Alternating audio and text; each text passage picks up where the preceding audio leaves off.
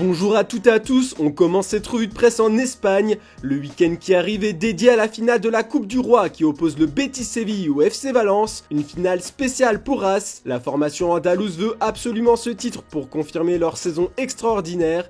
Les coéquipiers de Nabil Fekir occupent actuellement la 5ème place de Liga. Valence mise tout sur cette finale pour sauver sa saison. En effet, en Liga, Valencia stagne en milieu de tableau à la 10ème place. Alors champion s'écrit avec un B ou un V, comme se le demande Marca sur sa première page.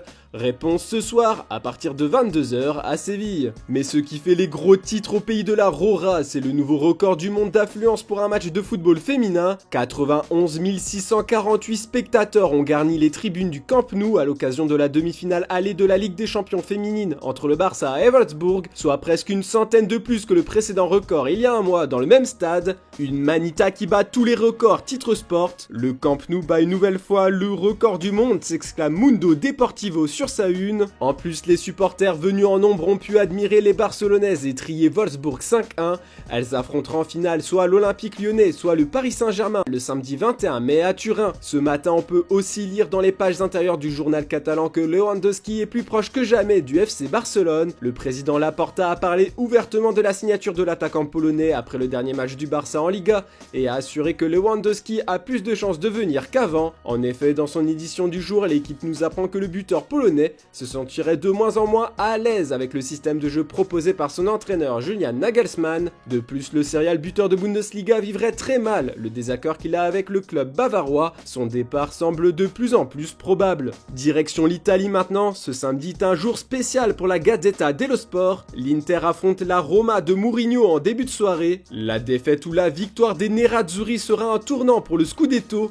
Mourinho sera l'arbitre du championnat pour le Corriere dello Sport, qui n'hésite pas à s'amuser en exposant le portugais avec le maillot d'arbitre et le sifflet. La Roma a pris un point à Naples, ce qui le prive quasiment de son rêve d'être champion. Les Napolitains ont pris 4 points de retard sur le leader l'AC Milan. Si l'Inter perd ce match contre le Special One, l'AC Milan va continuer de creuser l'écart. Les hommes de Stefano Pioli affrontent la Fiorentina dimanche soir. En Angleterre, Erik ten Hag fait encore les gros titres ce matin. Ce samedi, The Times nous présente une très belle une pour illustrer le parcours du manager néerlandais. Les fans de Manchester United sont très satisfaits de l'arrivée du coach de l'Ajax. Ralf Rangnick a soutenu sa nomination, mais le coach intérimaire le met en garde. Il a expliqué en conférence de presse que Ten Hag devra faire une opération à cœur ouvert pour relancer les Red Devils. C'est une situation critique pour The Sun. Bien sûr, cette déclaration très imagée a ravi les tabloïds anglais qui se sont empressés de déguiser Ten Hag en chirurgien. Et cette opération commencera sans Paul Pogba. D'après le Daily Mail, Ralf Rangnick a déclaré en conférence de presse que le Français est victime d'une blessure qui devrait l'éloigner des terrains jusqu'à la fin de la saison. Il est donc très probable que l'on ne revoie plus jamais la pioche avec le maillot des Red Devils.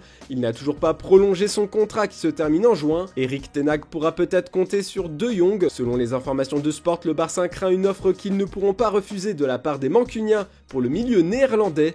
Ten Hag le veut comme référence pour son projet à Manchester. Ce samedi, la presse anglaise et surtout le Daily Star jugent Erling Haaland. Pour le média, par le biais d'une interview de l'ex-joueur pro Paul Merson, Haaland ne rendra pas City inarrêtable. Le Norvégien est rapide comme l'éclair, mais Kane est un meilleur joueur polyvalent qui a fait ses preuves dans cette ligue.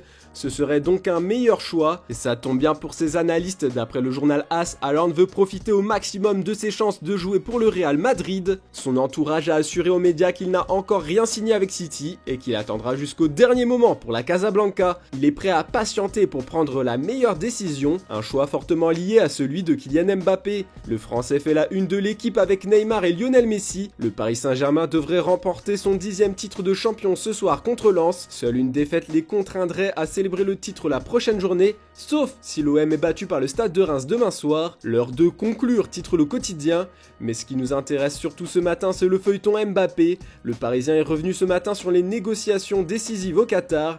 La mère du joueur, qui est aussi sa représentante, est au pays de l'actionnaire du club parisien pour parler d'une potentielle prolongation. On vous en a déjà parlé dans la revue de presse d'hier. Cette situation inquiète énormément les journaux espagnols. Depuis Doha, le postulat est clair, tout doit être fait pour renouveler Mbappé. Mais d'après AS, le Real Madrid est très calme car il sait que le joueur a déjà décidé de porter du blanc la saison prochaine. Madrid aurait donné rendez-vous à l'entourage du Français la semaine prochaine. Et selon nos informations, Mbappé n'a pas encore pris sa décision et attend notamment des changements dans la structure du club de la capitale. tic tac, quel futur pour Mbappé. Voilà, c'est tout pour ce samedi, je vous donne rendez-vous demain pour une nouvelle revue de presse. En attendant, je vous souhaite une très bonne journée à toutes et à tous.